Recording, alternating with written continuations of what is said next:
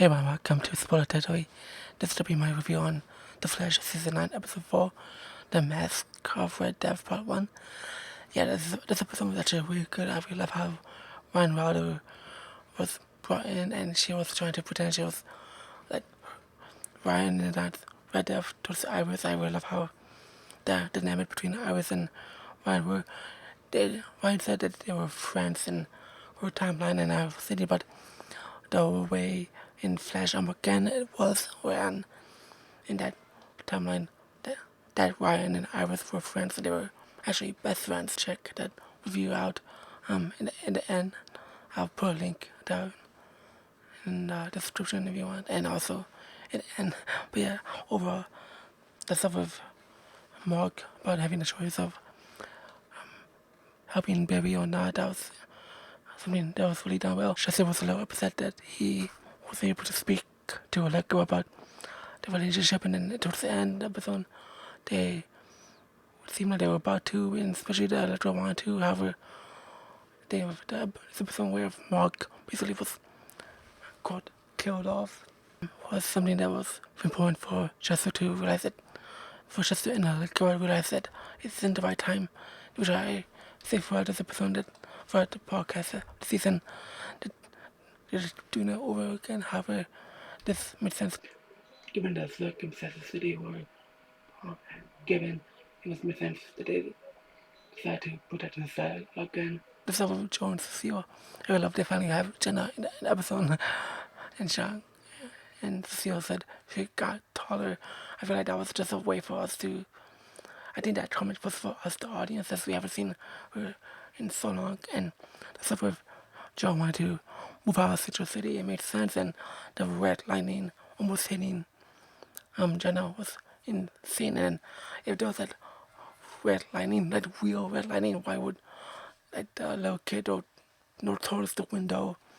Like they're out, they're away from the window as much as possible, and yeah, it's just how that worked out. And I like that Cecile point out that the window drawer in her bedroom would have been shadowed. That glass in her window will be shadowed if the lighting went a little bit higher. Cecile wants to be a hero, and even Jenna draws a picture of Cecile and to give to her about being her hero. And Joe and Cecile agreed to stay in Central City, even though they just went for a blackout and a red lightning. Do you think that was the right move? Do you feel like Joe should like, take Jenna away from Central City? And interesting that the Red Death draws like that bit lightning. It, basically, it's the lightning right everywhere in Central City, but nowhere else, which is kind of weird. It always does that. It's always whenever there's like something powerful happens, it's mostly in Central City and nowhere else. I don't know if that bothers anyone. It doesn't really bother me too much. It's that we know, and that it's to the point where we're just used to it now. with all the lightning blasts and all the stuff the enemies do. It's interesting. And speaking of enemies, the stuff with that Ryan was telling Iris about when Tech, the fact that she wants to use her technology to basically to go against the villain and try to learn from them. At first, I see where she's coming from, and then Iris was starting to catch on and realize that Ryan isn't the actual Ryan from their timeline. So, without getting in a bit, the thing with the Flash in that timeline that Ryan was talking about was the one of the leader of the attack. So, when it comes to that, Ryan and Iris basically caught on and basically that outsmarted Ryan there, and they're fact that the weapons that Ryan was trying to use is to stop the Flash, and Barry was the one who in that timeline that was trying to see that there was dangerous things. So the thing of I really love how the two were in the episode, and the thing with the helmet thing, and then being removed, that was actually really cool. I thought Ryan was both the Red Death, well, I thought she was in the Red Death suit and out there at the same time, and they would face together, like how similar to how the Reverse Flash has done.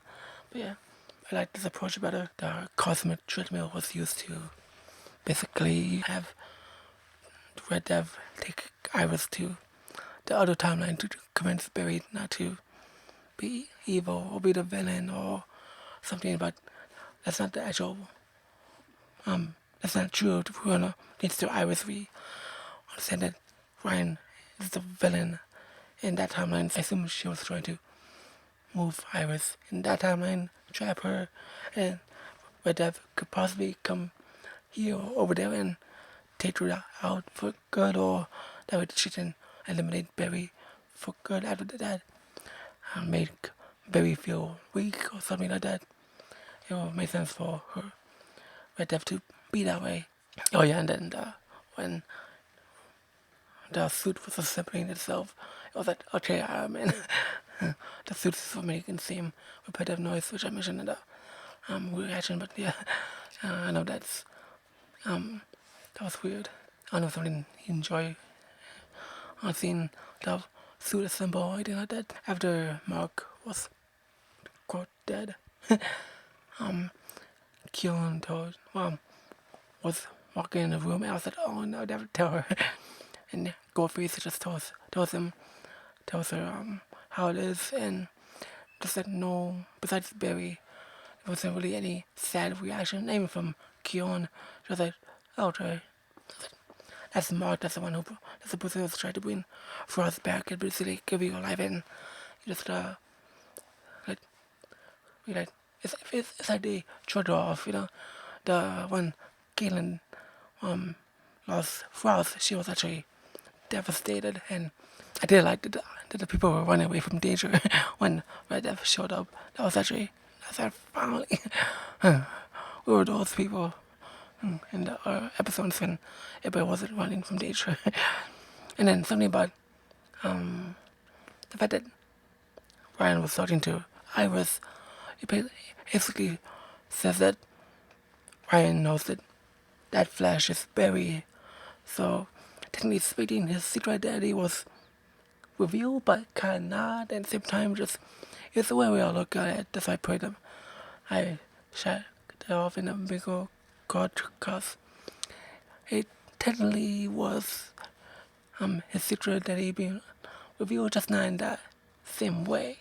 That way we understand that this review I said earlier here kind of reminds me of the Ryan and Iris from the Armageddon event. Dawn basically had Barry be the villain and have Dawn be the hero. Ryan was in Iris and Dawn's wedding. It was I kind of feel bad for Joe, though. I really think he should leave, but yeah, I understand both the points on why they want to go and stay, and yeah, not sure how I feel about that. So it's not negative Speed Force, then what if? Nah, I know it. I saw it. The episode. I just feel like there's something more. I feel like we're missing a piece of information on what's going on with this Ryan. And speaking of Ryan, and what happened to the actual Ryan? Did it throw her body, or did Red Death basically hide the other Ryan, the real Ryan, somewhere somewhere else? Possibly. That'd be insane if Red Death hit her in another timeline, but I don't think that's how it'll work. Otherwise, if that happened, Red Death took both Ryan and Iris to their timeline. However, that's just Red Death needs the cosmic treadmill. I'm assuming that's not the case, so probably the real Ryan's out there somewhere being hidden. Is our way of putting it. Actually, this episode was actually really fun to watch. I actually enjoyed how the episode played out, just especially there's another part to this. Throughout this show, they done a lot of things with the way Barry is, the way the stuff that Ryan said about that he sees the worst in his allies and the best in his enemies, and she really makes a good point. It's a pattern that we see what Barry have, and it's best for it to not stop, just maybe we didn't think about that. Maybe we did about that. He to really understand all that, and the stuff I said about about episodes ago about catalog about maybe we never see the future. I don't we didn't know any of this. He probably knew that he knew that was more some quote death in the catalog and Red the stuff that happened with Red Death in the catalog. In that book really just wrote just a little bit of it. I don't know, just feels weird that Barry mentioned in episode 1 that I was gonna have Noah in a few months, and so it kind of seems that he wrote a little bit far in the timeline. So one the stuff with not Barry not knowing enough.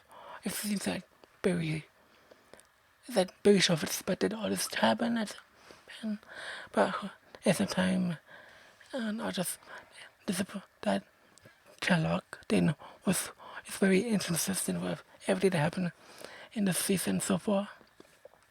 Let me know what you think about that. Do you guys like the catalog episode, or do you like the fact that you guys did right? You didn't very only wrote like certain parts of the timeline like that, and you didn't really say he wrote all of it on the catalog. It's just really rocky on that. I don't know. I'll leave it. Leave me your thoughts there in the comments. Just it's really weird how that really was, and yeah, I feel that's all for now. I'll see all you guys next week for part 2. Hopefully you enjoyed this podcast. I will see all of you very soon. Have a wonderful weekend. I'll see you soon.